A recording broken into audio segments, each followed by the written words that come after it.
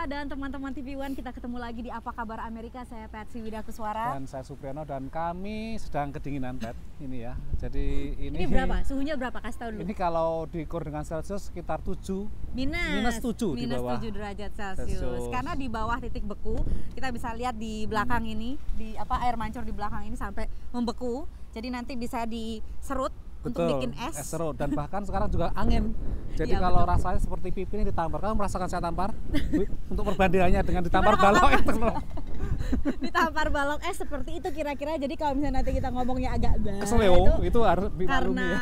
lidahnya ikut beku. Nah, ini apa yang kita bicarakan nih, Pat? Isu yang akan kita bahas ini. Meskipun suasana beku, tapi tetap saja suhu politik panas di Amerika Serikat. Kan sudah kemarin pelantikan, apalagi yang panas ini? Apa agak mendingin? Katanya kan diharapkan setelah kemudian terpecah karena ada pemilu kemarin, ya. Kemudian sekarang pelantikan, dan masa menyatukan kembali lebih tenang. Gitu ya. Ternyata enggak juga. Masih ada polarisasi dalam masyarakat Amerika Serikat. Kalau toh pun nggak ada media yang membuatnya.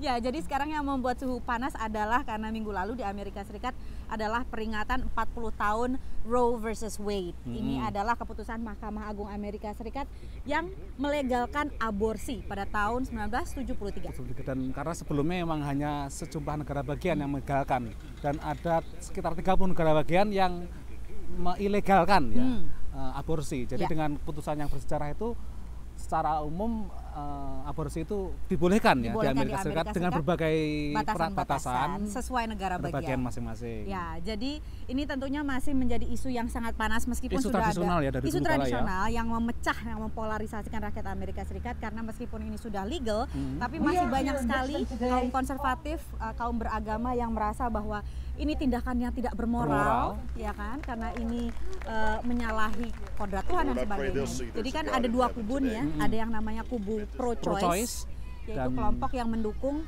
hak perempuan untuk memilih mau aborsi atau tidak, sama kelompok yang menyebut diri mereka pro-life. Jadi ini yang sama sekali menolak aborsi. Dan yang menarik juga bahwa kelompok yang anti aborsi itu sangat radikal di sini. Bahkan ada kelompok yang menggunakan kekerasan ya, misalkan yang mengebom klinik-klinik yang menyediakan jasa untuk aborsi. Itu banyak terjadi di negara-negara konservatif ya itu ya. Ya, contohnya kayak kalau misalnya di negara bagian katakan New York atau California di mana aborsi itu legal dan mudah diperoleh, tapi negara-negara bagian yang konservatif seperti katakan North Dakota, South Dakota itu sulit sekali mencari klinik aborsi karena biasanya klinik aborsi ini sering dibom, teror gitu ya. Jadi ini satu hal yang menarik untuk membandingkan situasinya dengan di Indonesia kan ya. Kalau di Indonesia sepertinya secara hukum ilegal ya. Hanya mungkin kalau dalam kondisi tertentu, misalkan dalam kondisi bahwa itu akan membahayakan keselamatan ibu mungkin dibolehkan gitu ya. Satu hal yang mencuat akhir-akhir ini di Indonesia adalah itu loh, komentar-komentar mengenai pemerkosaan, ya kan? Yang ini isu terkait juga. Karena ini terkait dengan kesetaraan gender, terus kemudian hak-hak perempuan dan sebagainya. Kalau kemarin itu sempat rame-rame di tanah air soal isu pemerkosaan itu, di Amerika Serikat juga pernah ada ya politisi yang keseleo lidah seperti itu. Yang kemarin waktu mendekati pemilu nggak salah, kan ada seorang anggota senator itu yang bilang bahwa pemerkosaan itu adalah semacam kehendak quote-unquote Tuhan. Betul. Jadi anaknya itu tidak boleh diaborsi karena itu sudah kehendak Tuhan lah. Betul. Jadi meskipun hasil pemerkosaan, tetap saja dia menganggap bahwa itu tidak boleh diaborsi, dan akhirnya dia membayar resiko yang mahal karena dia tidak terpilih padahal sudah calon yang kuat gitu ya. Iya, dan langsung dihujat oleh masyarakat.